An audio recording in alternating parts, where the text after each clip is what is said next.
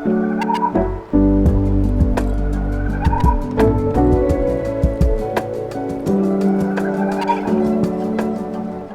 put my rank also, it is Colonel Mahipati Narsingh Rao Pawar.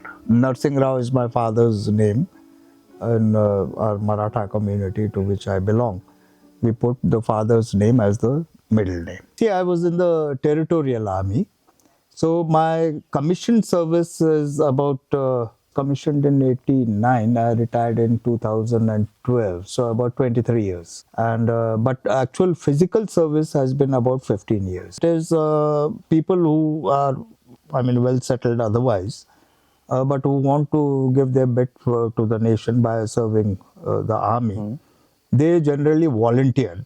At least that was the original rationale and the spirit behind the territorial. Now it has become more like a ordinary profession, because the mandatory service every year is about 2 months every year, which you go for training, but then you are liable to be called up for active duty, and then there is no bar on how much time that you serve. You serve, okay. With the officers shortage in our army, it's very difficult to come out. And most officers also like it that way because they get gainful employed all the year round. In my case, it was slightly different. I was selected into the IMA, that is the regular army, but I chose not to join that and I joined the TA. What happens in the Territorial Army is that you are embodied. The word used is embodied and disembodied when you are no longer serving. So when you are embodied, you are sent to the front. In my case, it was Kashmir, later on Assam, all these hot spots. When the tenure ends, anything between 2 years to 3 years, then you come back to a peacetime location. Then if you want, you can be in the peacetime, some administrative job and all. So I never liked that. So in my 15 years of commissioned service, I served totally 100% in field area. Okay. And to the extent that I have volunteered for service in Siachen, which no TA officer has before or since served. I commanded a company of 711 GR, that is the Gorkha regular outfit, and I was with them for 3 years in Ladakh, in Siachen, in Kargil. So 3 years I was with the regular army purely as a volunteer. When my term ended 3 years, I got myself disembodied. That means I was no longer serving and I didn't get any pay also. Okay. Which served me fine because then I could indulge in my other passion. That was the whole idea. So any story from Siachen, like any which is very close to you? Because that is a very tough terrain. Yeah, it is a very tough terrain, and but given half a chance, I almost lost my life actually, and that will again I'll tell you. Towards the end of my tenure, I developed deep vein thrombosis. First of all, I was overage to go there. They don't permit any officer to go beyond 40 years of age. I was already 45. So I had to actually pull strings to be able to go there. Okay. So the officers who were posting me said, "Are you mad? People want to come out from there and you are one guy at your age, you want to go up." Anyway, it was tough for me, but I had a mountaineering background. So I led 2 mountaineering expeditions, one with a joint Indo-British Army expedition. I was the leader. And we scaled a virgin peak in Sikkim, Tingchen Khang. The first ascent of Tingchen Khang peak was by my team, consisting of both Gorkhas of the Indian Army and the British SAS, the cat's whiskers as they say, the top of the line commandos. Okay. Yeah, SAS is their special air service, which is the commando outfit. So you led that expedition? I led that expedition. There was another one to Kokthang. Then I've led expeditions in whitewater rafting down the Alaknanda, 5 days expedition. I used to fly my own microlight aircraft, which I donated free of cost to the BSF when we started Aero Adventure Club. But my voluntary period to Siachen came up that time only. So I had to leave my aircraft and go off for 3 years. By the time I came back, after 3 years, the officers and all of the BSF had changed and all that. My aircraft is still with the BSF, and we formed a BSF Aero Adventure Club, and I was the secretary of that club. Okay. But I could not pursue it because all the officers had changed and they had different minds and all. And I'm a skydiver also. Oh, nice. Apart from, so all the adventure sports I've done, skydiving, flying, own microlight I used to fly. And mountaineering, of course, scuba diving and all as a private. But parachuting and mountaineering I did as a part of the army. And how many jumps you would have done? I did 10. 10. 10. Brilliant. 10 skydiving. There is a skydiving federation at Agra run by the army. Okay. But they take civilians also. Okay, that's nice. Yeah.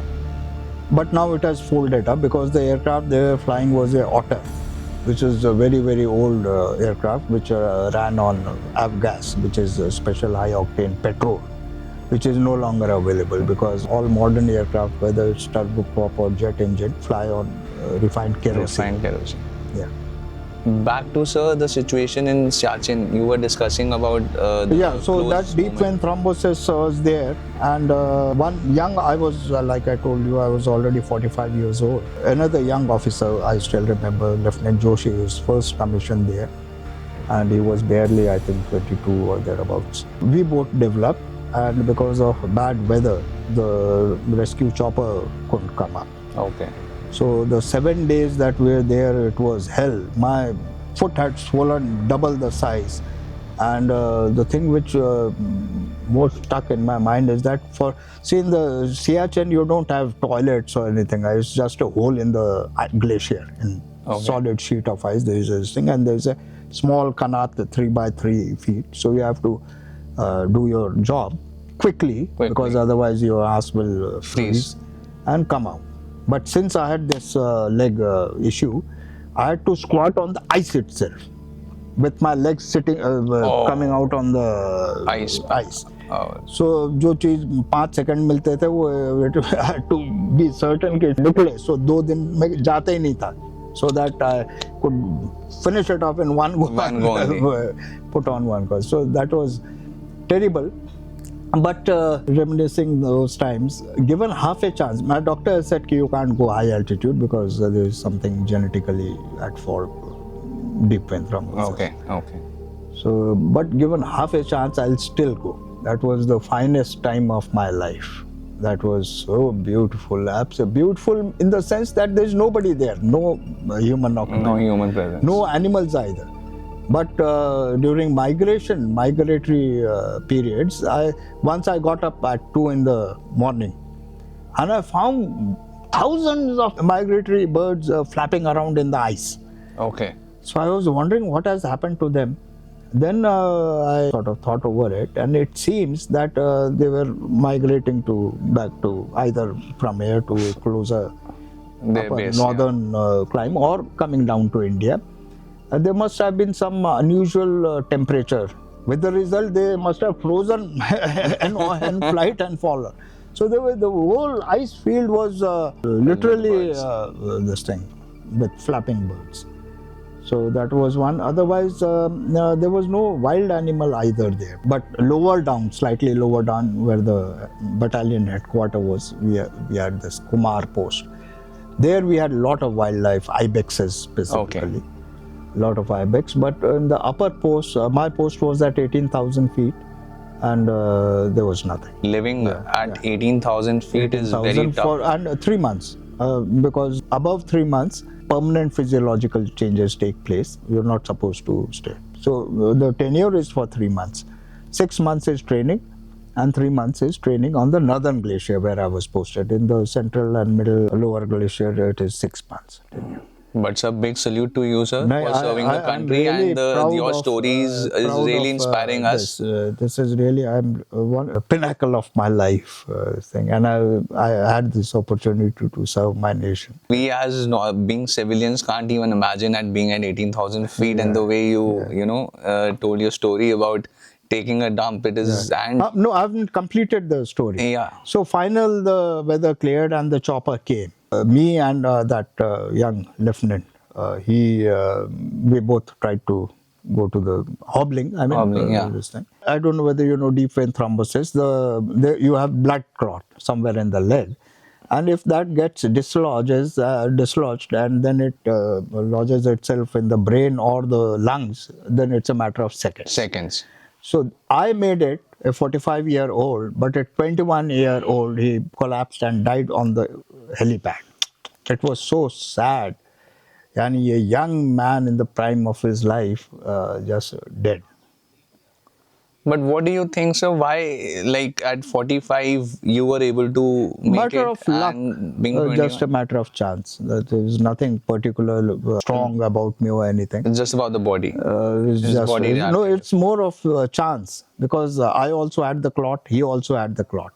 His clot dislodged at the same And like at the helipad. at the helipad, and it must have lodged in his either lungs or the brain. Then there is no Going saving. back. Yes. Then you flew back Then I flew alone. alone. Back to. And you have to leave the body over there.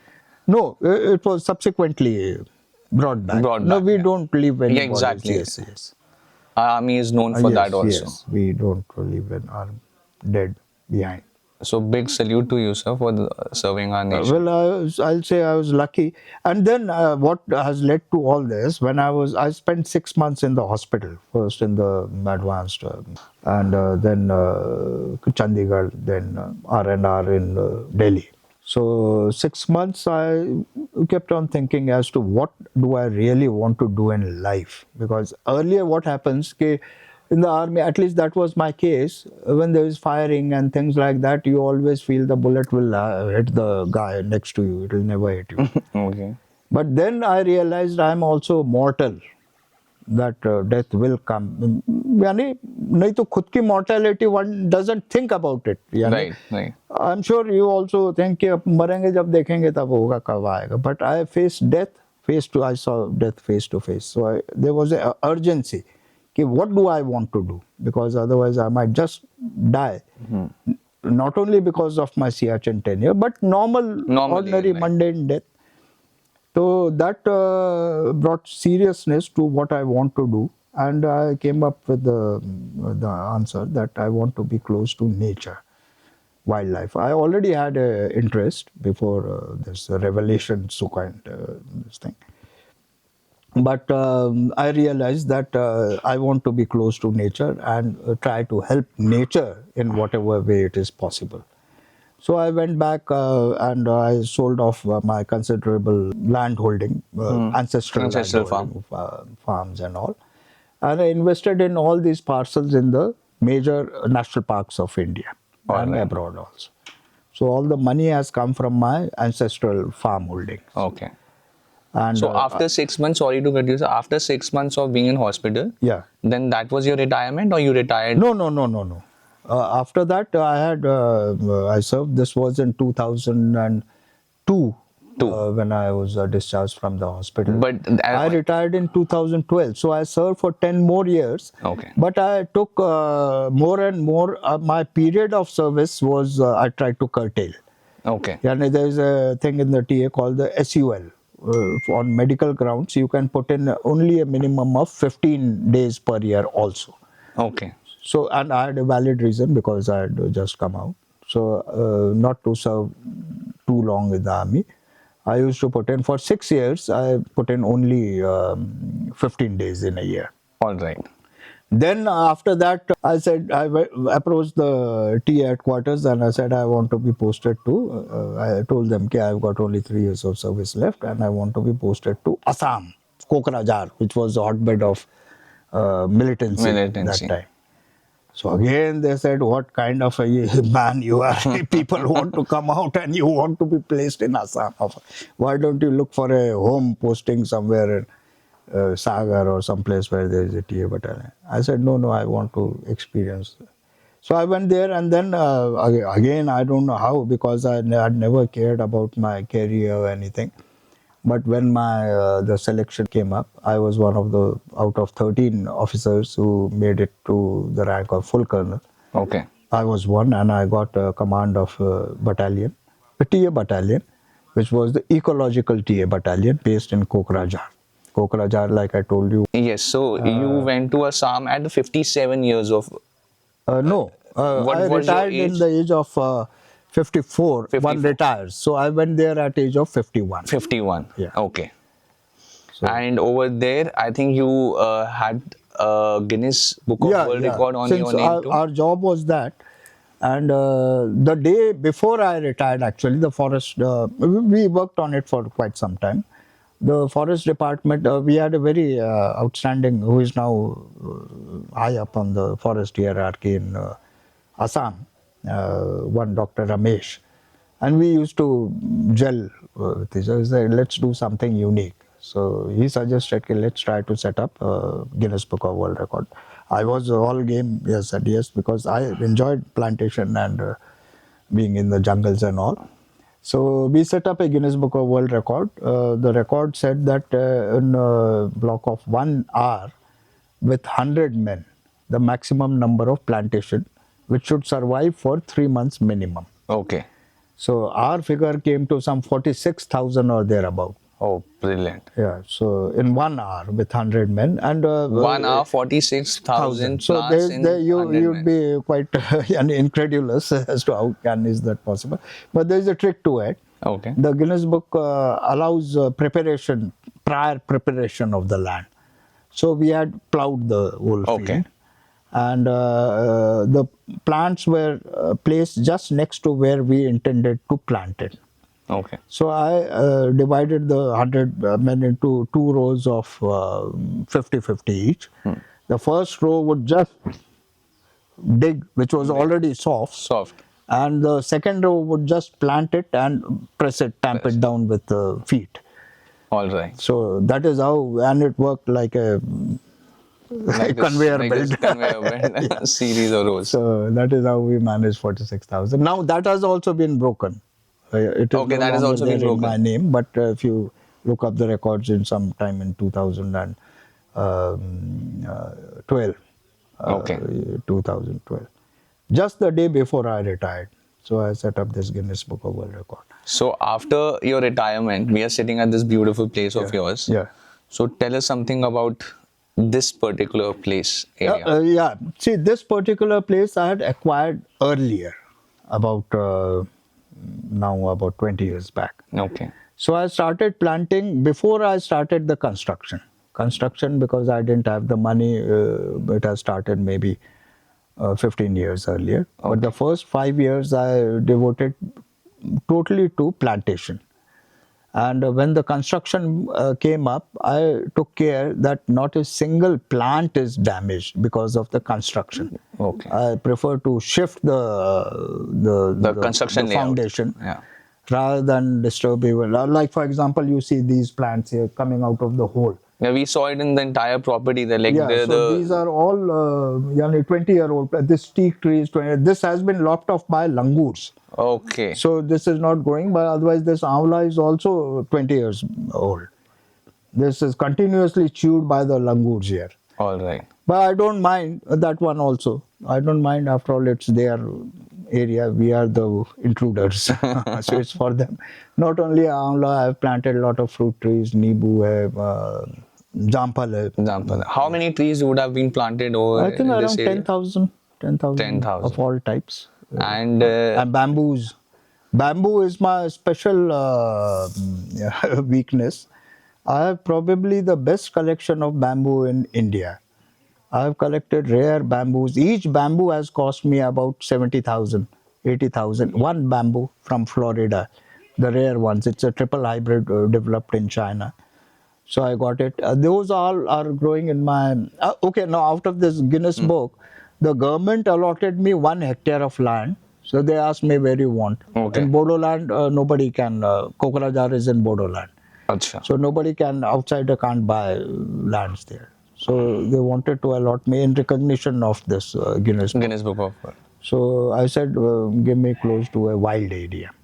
Okay. So Manas was there, although that time Manas again had very great terrorist activity. But I said, I'll manage them. I want close to the forest. So they gave me 1 hectare. Okay. So my bamboo collection, more than 150 species now. Rarest of rare, you will not find them anywhere in India, I can tell you. They are growing in Manas. Oh, brilliant. Collected from all over the world.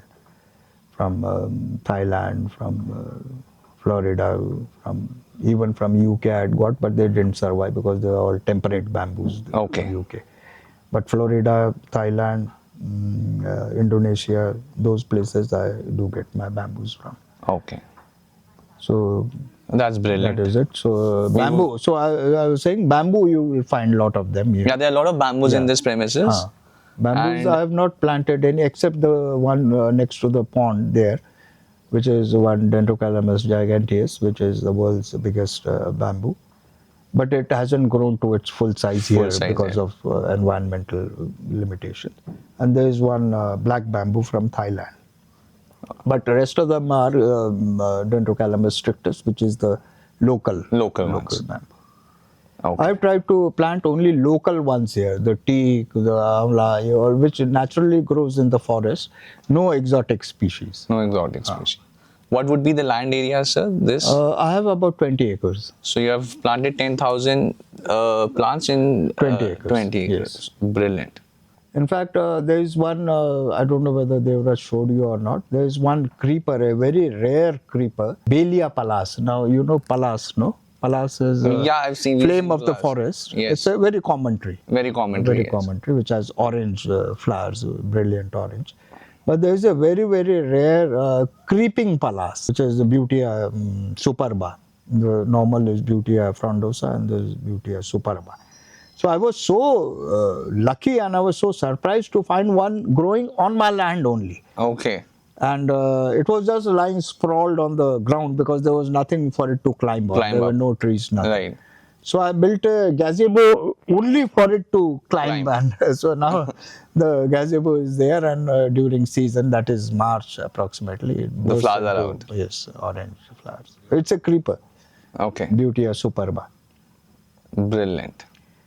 So we will try to show some glimpses of this place to the people. Okay. But eventually, when it is totally out for the public, then I think the main video should come out then. Whatever. Right now, we should only your discretion. make people see only few glimpses because this place is very create some excitement. See, a lot of people have said, say, you've put in so much of time. Why don't you, take a loan or a partner and finish it? So I tell them, ki I'm not interested in completing. The process gives me so much of happiness. The creative process, the design. I'm my own designer, I'm my own contractor, I work with the workers, I work with the mistri. And it's a continuous process of it. There is no chart, maps on a chart or architectural drawings or anything. It's all in my head. And it's improvisation as the thing goes along. So we would say take your own time. There is no hurry, like craft each thing with your own love. That is what I love. And that is being seen also. And in the process, if I don't survive, it's okay. Because I've enjoyed the process. You enjoy the process. That's what matters the most. So that is it. Thank you, sir. Okay, thank you. Thank you for taking your time off. And thank you for giving your time to us. Well, I'm free, as you say. say गंदगी है ये सब ये मट्टी वट्टी का काम हो रहा है. ठीक है सर, ठीक है. ये तो मिट्टी से ही काम है सर. खाना भी मिट्टी में उग के हम खाते हैं. वही हम मिट्टी में ही जाना है हमने.